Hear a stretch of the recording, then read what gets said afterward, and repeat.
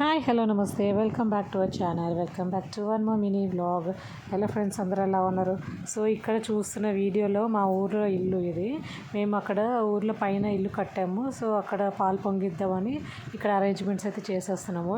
మీరు చూస్తున్నదేమో కింద ground floor, పైన ఫ్లోర్లో ఒక 2 రూమ్స్ కట్టాము.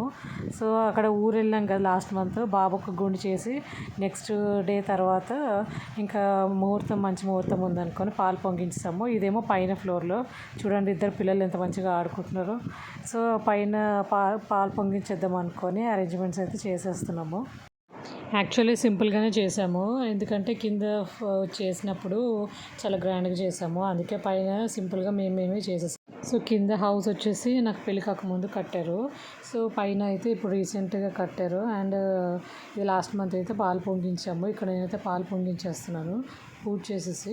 సింపుల్గా ఇంకా ఇంట్లో మేమేమి చేసేసుకున్నాము. నెక్స్ట్ వచ్చేసి ఇక్కడ పాలు పొంగిన తర్వాత మా హస్బెండ్ కూర్చొని ఇంకా పొంగల్ అయితే చేశారు. చాలా టేస్టీగా వచ్చింది, సూపర్ టేస్టీగా వచ్చింది, అసలు చాలా మంచిగా చేశారు.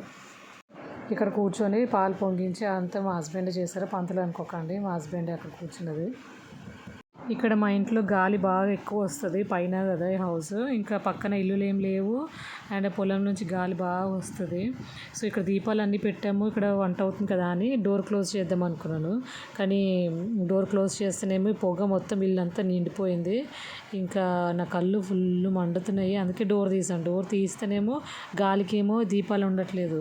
సరే అని క్లోజ్ చేద్దామంటే ఈ పొగతో ఇల్లంతా నిండిపోతుంది.